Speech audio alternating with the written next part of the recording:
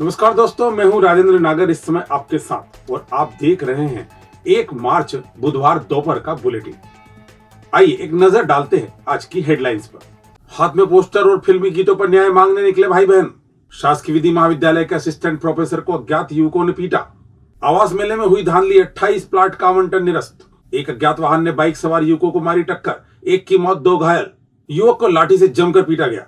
खबरों में अभी और भी बहुत कुछ है, आप सिर्फ मेरे साथ बने रहिए। इस बुलेटिन के प्रायोजक है आरके डेवलपर्स। शानदार घर खरीदें अब अपने बजट में।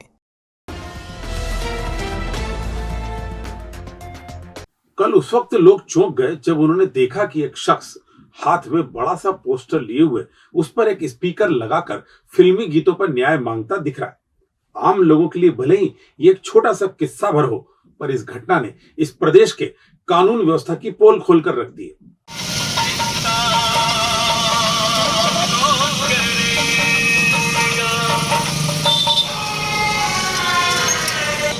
फिल्मों सा दिखने वाला यह मामला मक्सी थाने के ग्राम कनौजिया से जुड़ा हुआ है। यहाँ रहने वाले सुखराम पिता खूबचंद्र इन दिनों न्याय यात्रा पर निकले हैं और उनके साथ उनकी बहन भी है। दरअसल सुखराम की 2 बीघा जमीन पर दबंगों ने फर्जी दस्तावेजों के माध्यम से कब्जा कर लिया और जब उसने इस मामले को लेकर पुलिस से गुहार लगाई तो उल्टे पुलिस ने उस पर ही मुकदमा जड़ दिया। मात्र 2 बीघा जमीन के मालिक सुखराम की जमीन पर लंबे समय से वहां के कुछ लोगों की नीयत थी। पहले तो उन्होंने उसे खरीदने का प्रयास किया, लेकिन जब उसने मना किया तो पटवारी तथा अन्य जिम्मेदारों के साथ मिलकर एक ऐसा षड्यंत्र रचा जिसमें गरीब सुखराम की जिंदगी तबाह हो गई। अब सुखराम न्याय के लिए दर दर की ठोकरें खा रहा है। हैरानी इस बात की होती है कि शिवराज सरकार, जो अपने आप को किसानों की सरकार कहती है, उसके राज में दबंगई कर सुखराम जैसे गरीब किसानों को डराया और धमकाया जा रहा है। यही नहीं, जिस थाने पर उन्हें न्याय की आस थी वहां पर उल्टे उस पर मुकदमा दर्ज कर दिया गया। सुखराम की गलती सिर्फ इतनी है कि वह अपने साथ हुए अन्याय को लेकर मुखरता से विरोध दर्ज करवा रहे हैं। उन्होंने मंगलवार को आईजी तथा कलेक्टर को मिलकर अपनी व्यथा सुनाई है, लेकिन उसे न्याय मिल पाएगा यह अभी भी सवालों के घेरे में है। मारपीट लड़ाई झगड़े कौन से थाने में? मक्सी थाने में एफआईआर करी आपके खिलाफ? एफआईआर करी हमारे खिलाफ हाँ। कि ये अपनी शिकायत बंद वो कर रहा है। हाँ। तो अगर उच्च अधिकारी के पास बात चली जाएगी और जांच हो जाएगी हाँ। तो सारे सस्पेंड हो जाएंगे। शिकायत क्या मतलब जो लोग हैं वो कौन है, उनके नाम क्या है? उनके नाम कैलाश चंद पिता लक्ष्मी नारायण। हाँ। हमारी जमीन हड़पना चाहता है। हाँ। आधा बीघा हड़प ली और 1 बीघा हाँ। राम कितनी प्रसाद। जमीन है आपके पास? 2 बीघा जमीन है, आधा बीघा हड़प ली और 1 बीघा और हड़प रहे हैं। सारे बताओ ना। सारे पक्के सबूत, बताओ। झूठी रिपोर्ट डाली। जिस दिन हमारी झूठी रिपोर्ट डाली थाने में, हाँ। पुलिस की मिली भगत से जो कौन सा थाना है? मक्सी थाना, यही कौन है वहाँ पे? चौहान साहब। अच्छा। हाँ, कलेक्टर साहब के पास आए थे हम। अच्छा, मिले हो आप कलेक्टर से? उनको आवेदन दिया है, निवेदन पत्र किया है उनको, और पुलिस महानिरीक्षक महोदय को दिया है मैंने। हाँ। और अब कल मैं भोपाल जाऊँ। शासकीय विधि महाविद्यालय में एग्जाम टाइम के दौरान जबरदस्ती अंदर घुसने का प्रयास कर रहे 2 युवकों को बाहर निकालना एक असिस्टेंट प्रोफेसर को भारी पड़ गया। युवकों ने एग्जाम खत्म होने के बाद प्रोफेसर को जमकर पीटा, जिससे वे घायल हो गए। मामले में नागझिरी पुलिस ने अज्ञात युवकों के खिलाफ प्रकरण दर्ज किया है। दरअसल महाकाल एवेन्यू में रहने वाले ईश्वर नारायण पिता विष्णुकांत शर्मा शासकीय विधि महाविद्यालय में असिस्टेंट प्रोफेसर के पद पर पदस्थ है। मंगलवार दोपहर 3 बजे कॉलेज में एलएलबी की परीक्षा चल रही थी। इसी दौरान 2 बाहरी युवक अंदर घुसने का प्रयास कर रहे थे, जिन्हें प्रोफेसर शर्मा ने पुलिस की मदद से बाहर करवा दिया था। एग्जाम खत्म होने के बाद शाम करीब 6:30 बजे प्रोफेसर शर्मा अपने साथी प्रोफेसर डॉक्टर हर्षवर्धन यादव, देवेंद्र प्रताप सिंह, कलीम अहमद खान, असीन कुमार शर्मा और प्राचार्य डॉक्टर अरुणा सेठी के साथ बाहर आ रहे थे। तभी पेड़ों की झुरमुट में छिपे दोनों अज्ञात युवकों ने प्रोफेसर शर्मा की गाड़ी रोकी और उन पर लात घूंसे बरसाना शुरू कर दिया। प्राचार्य और अन्य प्रोफेसर्स ने उन्हें बचाया। दोनों युवक चेहरे पर कपड़ा बांधकर आए थे और उन्होंने अपनी बाइक पर भी कपड़ा बांध रखा था ताकि नंबर नोट भी न किया जा सके।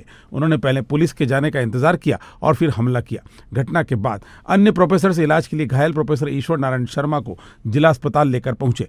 मामले में नागझिरी पुलिस ने अज्ञात युवकों के खिलाफ प्रकरण दर्ज किया है। हम लोग 6:30 बजे के लगभग कॉलेज बंद करके बाहर जैसे ही निकले तो ये जो सामने पेड़ के झुरमुट हैं सड़क पर ही, वहाँ पर एक एक हमारी गाड़ियाँ रोक दी गई। दो लोग एक एक सामने से आए, ऐसे उन्होंने गाड़ी रोक दी और उन्होंने मेरे यहाँ पर 2-3 बार वार किए घूंसे से। वो तो लगातार घूंसे से मारपीट कर रहे थे, आगे और पीछे से दोनों तरफ से मार रहे थे मुझे। तो पूरे कॉलेज में कहीं सीसीटीवी लगे हों या कोई सुरक्षा गार्ड यहाँ पर रहता हो? कुछ कोई भी सुरक्षा गार्ड नहीं है हमारे कॉलेज में, ना ही सीसीटीवी कैमरा है। कितना समय लगभग पुलिस को अपड़ोते हो गया? क्या आपने इसकी शिकायत कहीं की है अभी? बीच में लगातार यूनिवर्सिटी से हम लगातार बता रहे हैं कि हमारे पास सुविधाएं नहीं हैं, हमारे पास बेंच नहीं है, हमारे पास सीसीटीवी कैमरे नहीं है, हमारे ऊपर हमले पिछले साल भी हर्षवर्धन यादव सर पर इसी प्रकार का हमला हुआ था। तो लगातार हमको इस प्रकार की धमकियां दी जाती हैं। सर हम यूनिवर्सिटी से बता देते, सबको ये बात पता है, लेकिन विद प्लान मुझे लगता है कि नकल कराने के लिए हमारा सेंटर चुना जाता है कि लोगों को नकल कराया जा सके। आपने इसकी शिकायत की? हमने इसकी शिकायत नागझरी पुलिस थाना में की है, एफआईआर किया उन्होंने अज्ञात लोगों के खिलाफ, और कल ही की है हमने।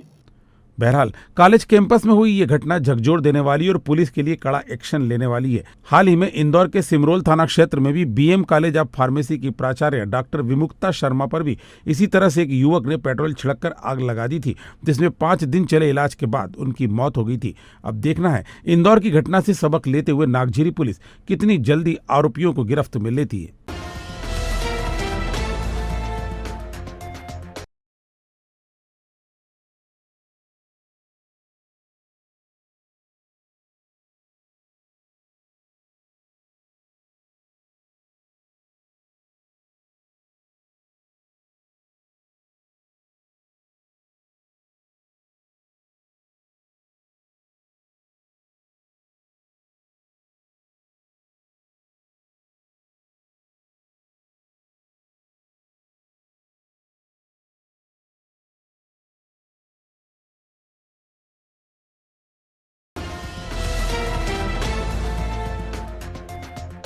उज्जैन विकास प्राधिकरण में अगस्त 2021 में आयोजित आवास मेले में हुई धांधली के मामले में बड़ी कार्रवाई की गई है। करीब 64 करोड़ के 28 प्लाट का आवंटन निरस्त कर दिया गया है और 95 लाख रुपए की राशि को भी रासात कर लिया गया है।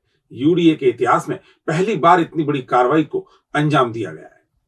दरअसल यूडीए द्वारा अगस्त 2021 में भरतपुरी स्थित कार्यालय परिसर में आवास मेला आयोजित किया गया था। इसमें जमकर धांधली हुई थी। इसके तहत इंदौर की एक फर्म को 4 प्लाट आवंटित कर दिए गए थे। मामले में प्राधिकरण के तत्कालीन सीईओ सुजान सिंह रावत पर इंदौर की फर्म को फायदा पहुंचाने के आरोप भी लगे थे।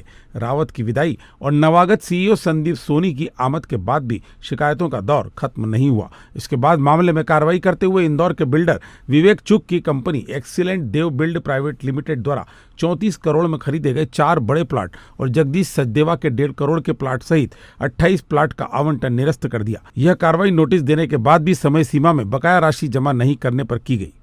देखिए, जो हम लोग निविदा के माध्यम से प्लॉट्स हितग्राहियों को देते हैं, उसमें निविदा शर्तों में बहुत क्लियर उल्लेख रहता है कि समय सीमा में आपको जो पूरी राशि वो जमा करना है।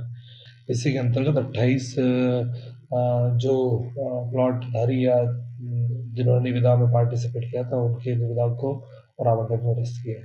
इसमें चूंकि सभी के लिए सेम है, मतलब जो नियम बनाए गए हैं जो निविदा में है और वह नियम है वो सभी के लिए यूनिफॉर्म है, चाहे वो करोड़ों का प्लॉट हो या चाहे वो हज़ारों का प्लॉट हो।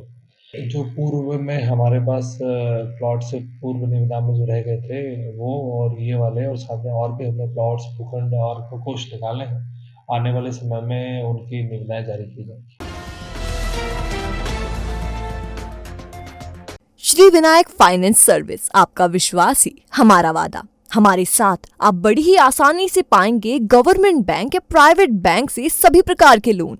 तो अब कम से कम ब्याज दर पर पाएं home loan, mortgage loan, business loan, personal loan, ग्रामीण क्षेत्र में ग्राम पंचायत के पट्टे पर loan, gold loan, income tax return, दुकान का गुमास्ता, फूड लाइसेंस और सभी प्रकार के इंश्योरेंस के लिए भी विजिट कर सकते हैं। Shri Vinayak finance service B 112 Mahakaleshwar नमकीन के ऊपर, इंदौर रोड, उज्जैन। या आज ही कॉल करें 9907432200 या फिर 9111068965। चिमनगंज मंडी थाना क्षेत्र में खिलचीपुर नाले के पास अज्ञात वाहन ने बाइक से जा रहे 3 युवकों को जोरदार टक्कर मार दी, जिसमें एक युवक की मौत हो गई, वहीं 2 अन्य घायल हो गए। गंभीर रूप से घायल एक युवक को इंदौर रेफर किया गया है। दरअसल चेतन पिता जसवंत सिंह निवासी चक्कमेड़, दिग्विजय पिता भेरू सिंह और मनोज पिता सूरज सिंह दोनों निवासी ग्राम कटारिया महितपुर बाइक से मंगलवार शाम करीब 5 बजे सामान लेने बाजार जा रहे थे। तभी खिलचीपुर नाले के पास उन्हें अज्ञात चौपहिया वाहन ने अपनी चपेट में ले लिया। इसमें तीनों युवक गंभीर रूप से घायल हो गए। तुरंत उन्हें अस्पताल पहुंचाया गया, जहां चेतन की इलाज के दौरान मौत हो गई। मनोज की स्थिति गंभीर होने के चलते उसे इंदौर रेफर कर दिया गया है। वहीं दिग्विजय जिला अस्पताल में भर्ती है। चिमनगंज मंडी पुलिस ने शव को पोस्टमार्टम करवाकर शव परिजनों को सौंप दिया। ये बाजार में आए थे सामान लेने, 3 जने थे। अच्छे गाड़ी से मोटरसाइकिल टकरा गई। ये खिलचीपुर नाले पे, ये करीब 4:30-5 बजे के लगभग। 3 डेट चेतन सिंह, 2 सिविल में भर्ती है। पता नहीं भैया, मैं मार्कशीट लेने जा रहा था, उससे आगे मार्कशीट लेके उधर से आ रहे थे, लेकिन रास्ते में कोई गाड़ी वाले ने ठोक दिया। उसके बाद में पता नहीं मेरे को क्या हुआ। हम 3 जने थे। चेतन का एक जो मेरा मामा जी का लड़का है चेतन, एक मनोज जो गांव का लड़का था, और एक मैं। अभी इनको दोनों का तो पता नहीं है। मैं यहाँ पे मेडिकल कॉलेज में इस हॉस्पिटल में एडमिट हूँ। मक्सी रोड स्थित नीमनवासा के गलपुरा में रहने वाले एक युवक को वहीं रहने वाले एक युवक ने पीट दिया। उसे जिला अस्पताल में भर्ती करवाया गया है। मिली जानकारी के मुताबिक चंदन पिता मांगीलाल निवासी गलपुरा नीमनवासा मजदूरी करता है। वह गलपुरा में खड़ा था, तभी उसके सामने रहने वाला पंकज नामक एक युवक वहां पहुंचा और चंदन को लाठी से पीटने लगा, जिससे चंदन के सिर और पैर में चोट आई है। उसे जिला अस्पताल में भर्ती करवाया गया है। घर के सामने खड़ा था मैं खड़ा रहा, गाड़ी उतरा एकदम मार दी उसने। किसने मारी? पंकज ने। वो कहाँ रहता? मेरे को घर के सामने, मेरे घर के सामने। कुछ पुराना विवाद था उससे? कुछ नहीं पता। गलपुरा कहाँ था? गलपुरा चौकाबार नीमनवासा मक्सी रोड पे। भविष्य की चिंता छोड़ो, पंडित गोविंद गुरु से नाता जोड़ो। ना कोई पैसा ना कोई फीस, बस लीजिए गुरु जी का आशीष। आज ही जाने अपनी हर समस्या का समाधान। संपर्क करें 9827030415 या 9302230415। हमारा पता 8 अलगदाम कॉलोनी, सावे रोड, उज्जैन।